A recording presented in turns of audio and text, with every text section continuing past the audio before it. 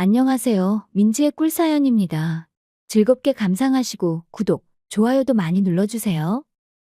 자, 그럼 이번 사연 시작해볼까요? 여러분, 안녕하세요. 저는 35살 남성이고요.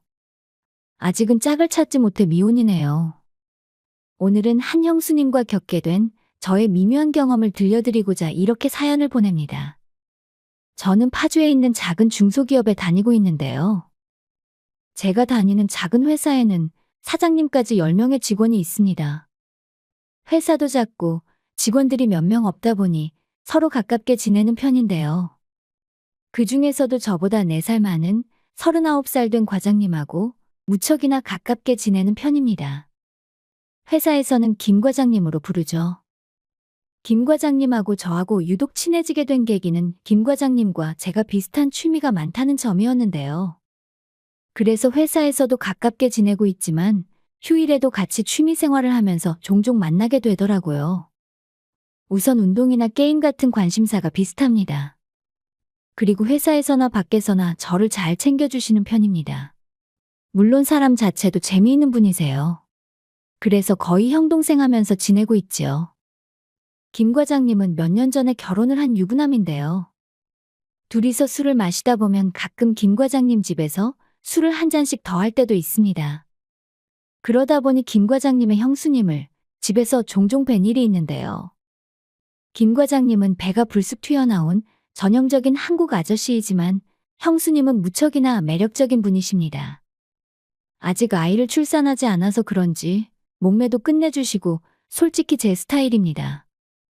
그래서 주말 같을 때 김 과장님 집에 가서 술을 한 잔 더 하게 되는 날은 형수님도 볼 수 있고 해서 저에게는 무척이나 즐거운 일입니다. 그러다 보니 저는 김 과장님의 형수님하고도 좀 더 친해지고 싶은데 사실은 그렇게 친해질 수 있을 만한 사이는 아니죠.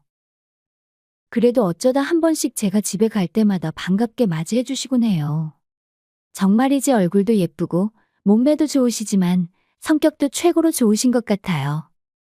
저와 김 과장님은 많은 관심사를 공유하지만 딱 한 가지 안 통하는 부분이 있습니다. 바로 낚시인데요.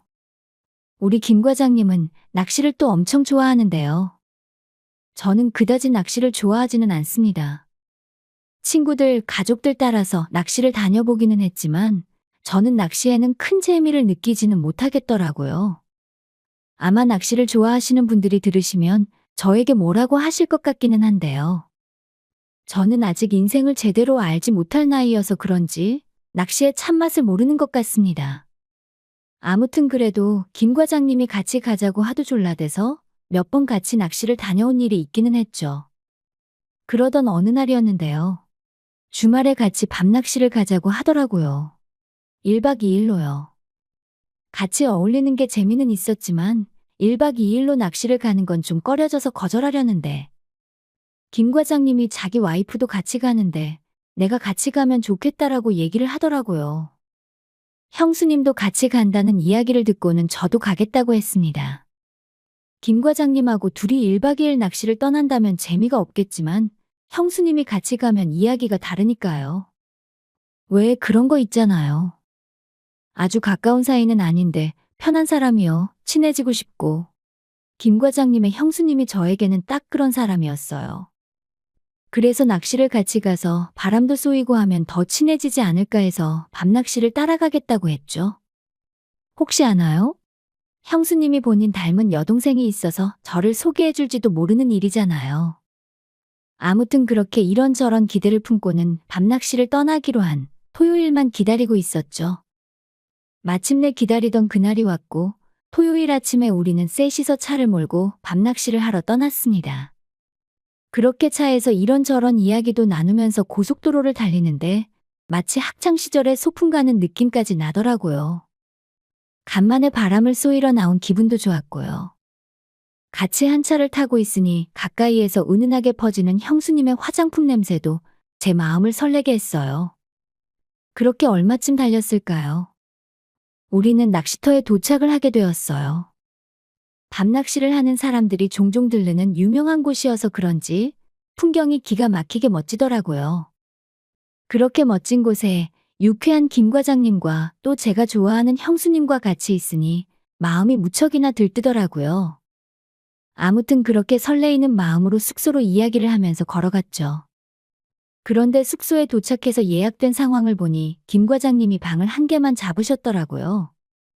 저는 왜 방을 한 개만 잡으셨냐, 형수님도 있는데 방을 두 개 잡아야 하는 거 아니냐고 물었더니 김 과장님은 밤낚시를 나가게 되면 잠잘 일이 없으니 방을 두 개 잡을 필요가 없다고 하더라고요.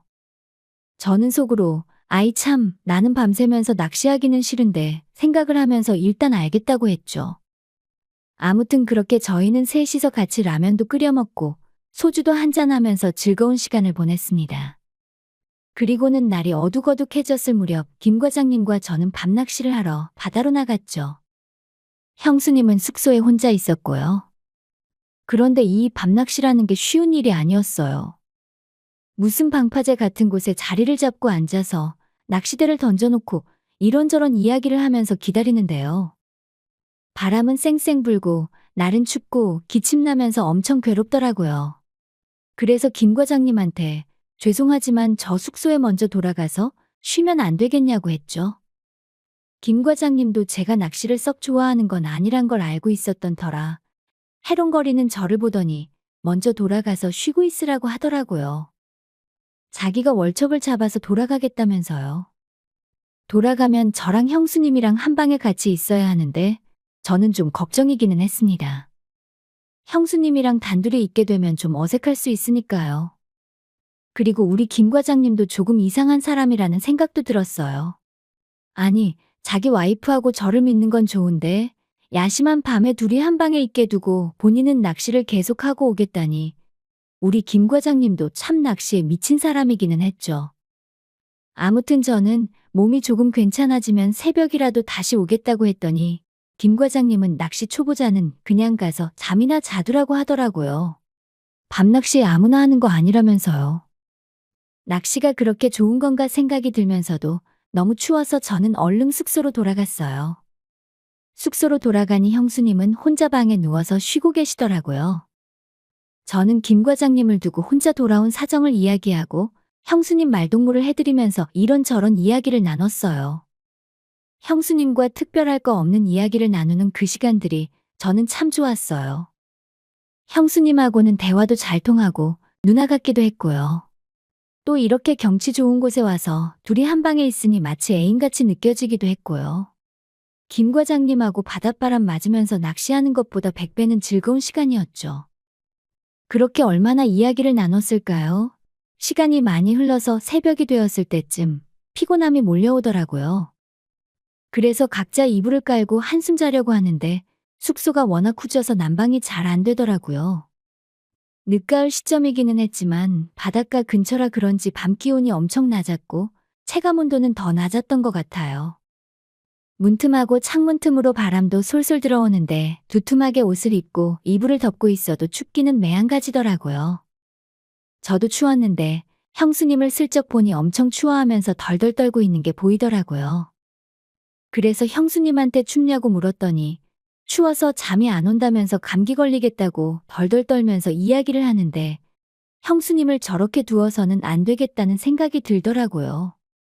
그래서 저는 저랑 이불을 합쳐서 같이 덮자고 했고 그렇게 형수님과 저는 한 이불을 덮고 추위를 피해보려고 했죠. 저는 한 이불을 덮은 김에 용기 내서 형수님을 꼭 안아줬습니다. 감기 걸리시면 안 되니까 서로의 체온으로 추위를 좀 견뎌보자면서요.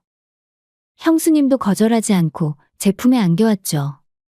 그렇게 서로를 꼭 안고 있으니 형수님은 추위가 좀 견딜만 해졌는지 더 이상 덜덜 떨지는 않더라고요.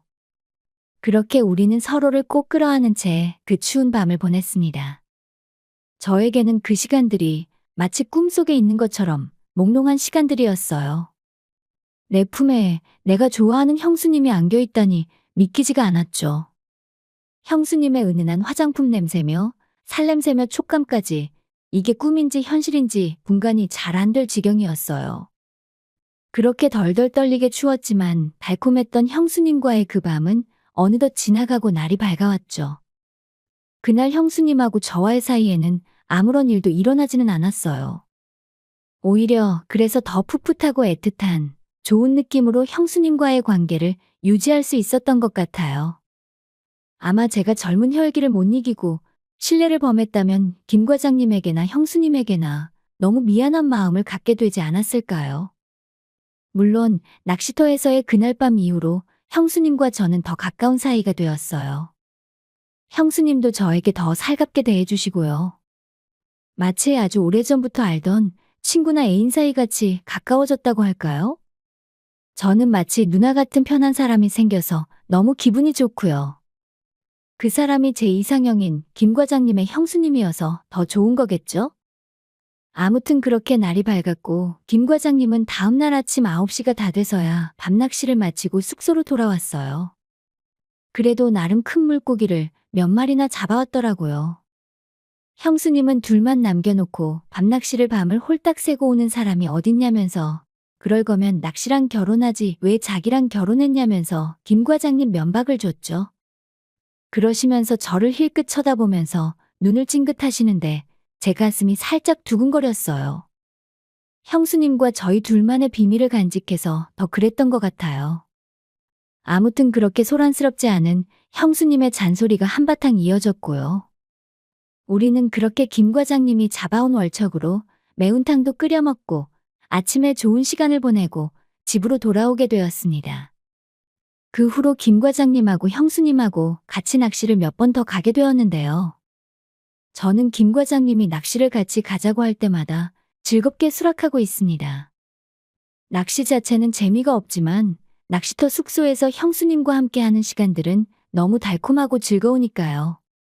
물론 낚시를 갈 때마다 무슨 일이 생기는 건 아니지만 낚시터에 갈 때마다 추웠던 그날의 기억이 떠올라서 기분이 오묘하게 좋아지곤 한답니다. 형수님도 밤낚시를 가는 밤이면 유독 예쁘게 꾸미고 나오시는 것처럼 느껴지는 건 단순한 제 착각인 걸까요? 아무튼 저는 이번 주말에도 김 과장님이 낚시하러 가자고 이야기해주기만을 기다리고 있습니다. 여러분들도 저처럼 가슴 떨리게 만드는 누군가가 있으신가요? 저는 제가 가지지 못하더라도 바라만 보고 같이 있기만 해도 기분 좋아지는 사람이 있네요. 그리고 더 이상 욕심내지 않고 그 인연을 그저 마음속에만 소중하게 계속 간직할 예정이랍니다. 제 사연 들어주셔서 감사합니다.